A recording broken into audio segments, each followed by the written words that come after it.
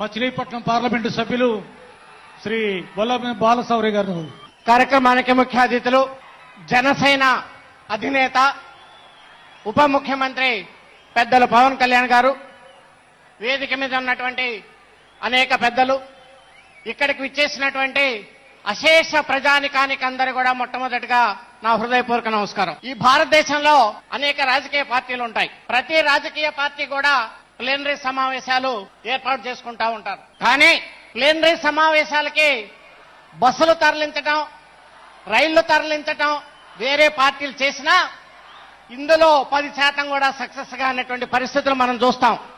కానీ ఎటువంటి సహాయ సహకారాలు లేకుండా పవన్ కళ్యాణ్ గారి కోసం ఈ రాష్ట్రమే కాదు ఇతర రాష్ట్రాల నుంచి మీ సొంత ఖర్చులతోటి వచ్చినటువంటి ఈ జన సైన్యం ఏదన్నా ఉంది అంటే అది పవన్ కళ్యాణ్ గారి అధ్యక్షతలో ఉన్నటువంటి ఈ జనసేన పార్టీ ఒక్కదానికే దక్కుతుంది అనేటువంటి సందర్భంగా మీ అందరికి కూడా తెలియజేస్తా ఉన్నాను.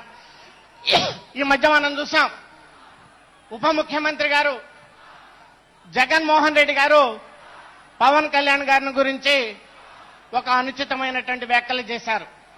ఒక కార్పొరేటర్ స్థాయితో పోల్చారు. జన సైన్యం ఇది పూర్తిగా ఖండిస్తా ఉంది మిస్టర్ జగన్మోహన్ రెడ్డి గారు అని చెప్పి సందర్భంగా మీకు మనవి చేస్తా ఉన్నాం. మీ అందరికీ తెలుసు, మన దేశ ప్రధాని గారే పవన్ కళ్యాణ్ గారిని గురించి సాక్షాత్తు పార్లమెంటు సెంట్రల్ హాల్లో ఏ పవన్ నహీ హై ఆంధీ హై అన్నారు దేశ ప్రధాని గారు.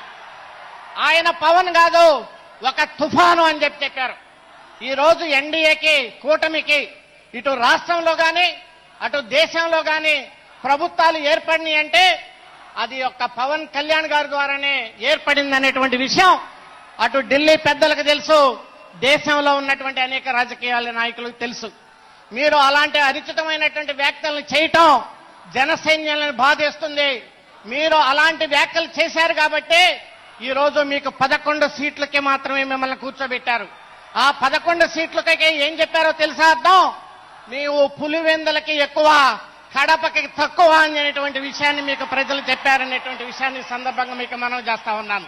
మొన్న జరిగినటువంటి మహారాష్ట్ర ఎన్నికల్లో పవన్ కళ్యాణ్ గారు వెళ్తే ఎక్కడెక్కడ ప్రచారం చేశారో ఆ సీట్లన్నీ కూడా బ్రహ్మాండంగా గెలిచినాయి. ఆ విషయాన్ని మాకు స్వయంగా నేను ఉదయ్ శ్రీనివాస్ గారు వెళ్తే అమిత్ షా గారే చెప్పారు, బ్రహ్మాండంగా ప్రచారం చేసి ఎన్డీఏకి మాకు మద్దతు పలికారు మహారాష్ట్రలో కూడా. అలాంటి వ్యక్తి మరి ఈ రోజు పవన్ కళ్యాణ్ గారు ఇంగ్లీష్ మాట్లాడగలరు, హిందీ మాట్లాడగలరు, అలాగే తమిళ్ మాట్లాడగలరు, కన్నడ మాట్లాడగలరు, అన్నిటికంటే తెలుగు బ్రహ్మాండంగా మాట్లాడగలరు.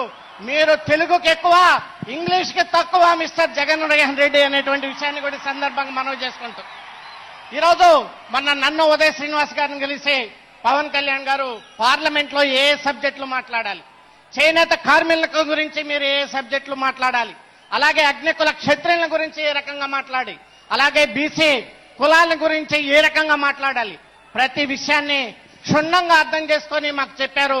ప్రజల పట్ల అవగాహన కలిగినటువంటి వ్యక్తి పవన్ కళ్యాణ్ గారు అని చెప్పేసి సందర్భంగా మీ అందరికీ మనం చేసుకుంటూ ఆయన బాటలో నడవాల్సినటువంటి బాధ్యత మన అందరికి కూడా ఉందని సందర్భంగా మనవి చేసుకుంటూ ఈ అవకాశం ఇచ్చినటువంటి పెద్దలకి నా హృదయపూర్వక ధన్యవాదాలు. జై పవన్ కళ్యాణ్, జై జనసేన.